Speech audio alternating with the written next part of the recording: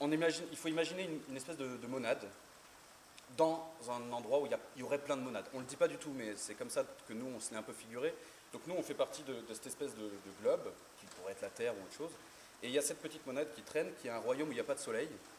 On a une reine qui fabrique des étoiles pour éclairer le royaume. On a Foll, qui est donc le personnage central, qui est cette espèce de chaos ambulant qui a débarqué et qui est censé être un peu le bouffon du roi ou le bouffon de la reine. Et le messager, qui est un peu son voyant, enfin celui qui communique avec les dieux, quoi, ou avec son dieu, qu'on appelle le grand poète. Et en fait, cette reine, elle se trouve dépourvue de pied, elle n'a plus de pied, donc elle est statique, elle est posée là, au centre du plateau. Et en fait, elle a perdu un amour il y a longtemps, qui fait que cet amour étant déchu, elle n'arrive plus à fabriquer les étoiles. Et elle se perd en fait dans sa magie, et du coup le royaume petit à petit s'assombrit et tombe dans le chaos. Et en fait, le but pour le messager, ça va être de comprendre par les dieux comment on va récupérer ces étoiles, et en fait, quelle va être la quête de la reine pour récupérer ces étoiles. Après, je vous raconte ça de manière très concrète, c'est-à-dire c'est une reine qui doit aller chercher ses pieds ou des choses comme ça. Mais en fait, c'est beaucoup plus alambiqué que ça. Mais l'histoire, c'est ça. Une reine c'est la quête de la reine, quoi. On retombe vraiment dans un conte avec des personnages qui sont clichés, quoi. Le bouffon, la reine et le messager.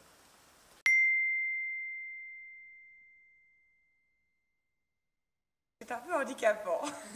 Non, mais c'est vrai, je suis plantée au milieu du plateau. Les deux autres, là, ils peuvent bouger. Et moi, je suis enterrée, quoi. Et en plus, j'ai un legging qui me prend et qui est accroché au tissu, parce qu'au sol, il y a un grand tissu.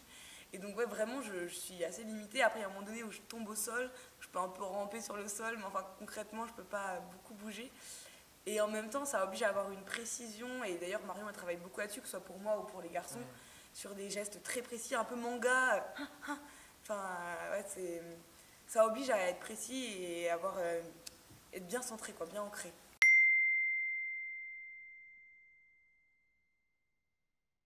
Non, pas vraiment.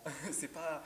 Enfin, je pense que c'est un spectacle qui va parler autant aux adultes qu'aux enfants. Enfin, je pense qu'il y a deux lectures possibles.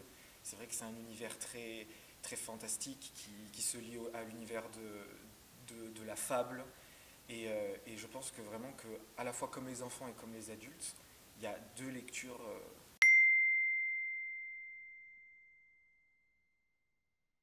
C'est vrai que c'est marrant, bah, du coup, là, quand on a eu une petite période de latence entre quand on a travaillé déjà en octobre et là maintenant.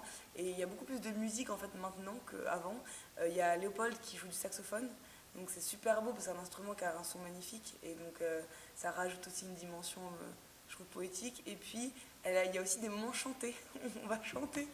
Ce n'est pas une comédie musicale, mais il y a deux, trois petites chansons dans le spectacle et, qui sont assez chouettes.